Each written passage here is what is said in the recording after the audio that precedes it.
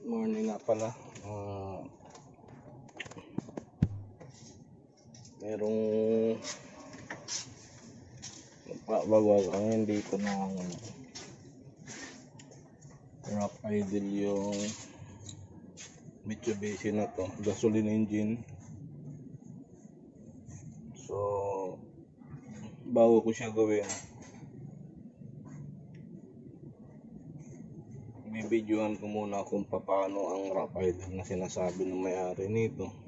Iniwan na lang to rito at kanina nga tinisting ko na, medyo rough nga yan. Bagong linis na rin yung servo daw, pero uulitin ko yan. At bago na rin daw spark plugs. Nagkaroon ng problema to dahil yung fuel line niya may leak, so pinalitan ng o-ring.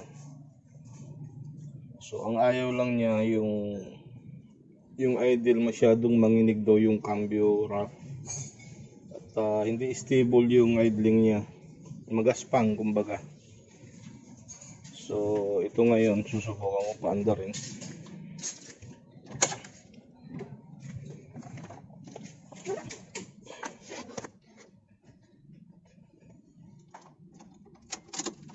Loy, sandali ha, papaandar ako ha. Yeah.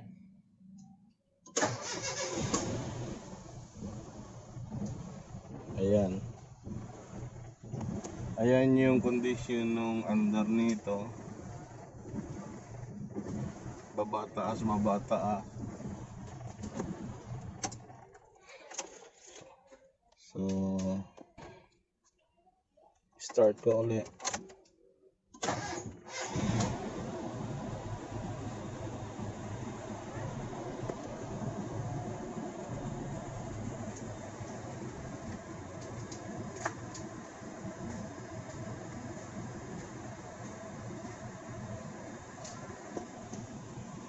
Ayaw na mangyari yung inig ng manubila ay cambio. So ngayon nagpapainit ako ng kaunti kasi mataas pa yung idle niya. Kailangan muna mag normal temperature yung makina, so para makuha yung tamang idling niya.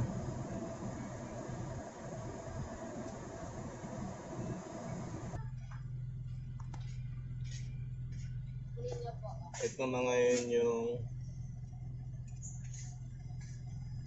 under niya,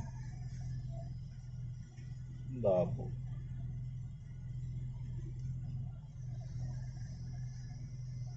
Yan na ngayon siya. At yung galaw ng cambio, yan yung hindi niya gusto. Tapos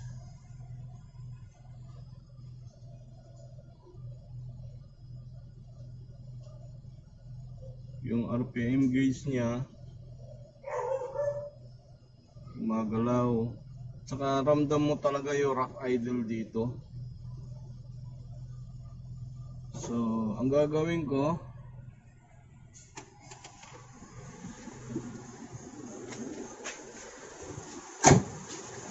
usual,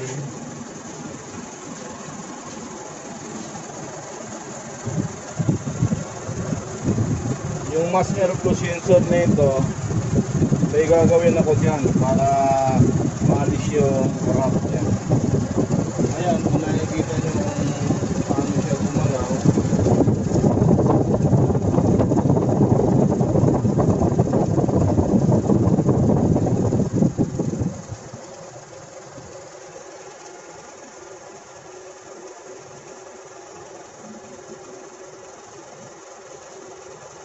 Nakikita naman yun sa video, yung galaw ng airplaner.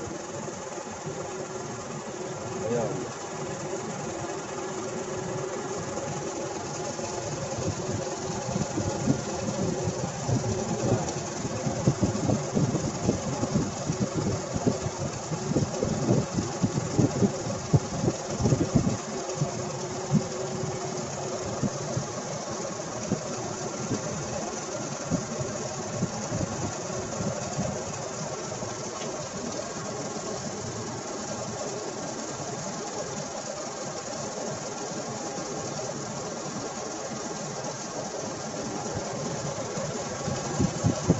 pagka tinitingnan mo siya, yung galaw ng makina, at saka yan, ayan, tingnan mo yung ano ng hood. Yung stick ng hood, yung stand ng hood, tingnan mo, ang galaw. So, mapalag. Yan yung palag niya na idle siya.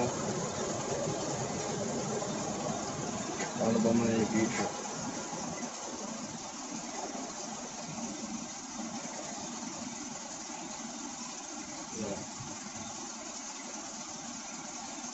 So, hindi stable yung RPM niya, magalaw.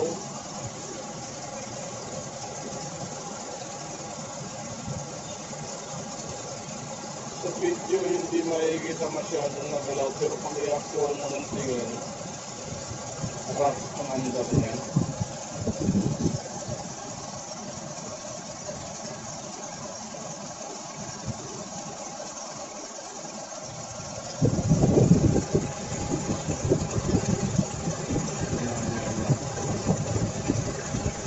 Pino-focus ko to dito sa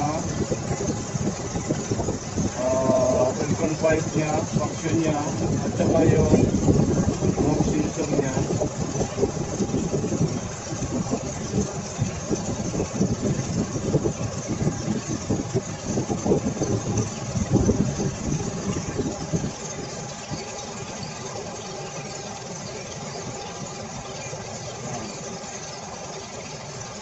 Yan yung palag na ginagawa niya. Yung turbo naka-steady, pero yung map sensor niya manginig. So yun yung reason kong problema para mawala yung rock idle niya. Okay. Itong supply dito wala. Kita ba? Walang supply yan.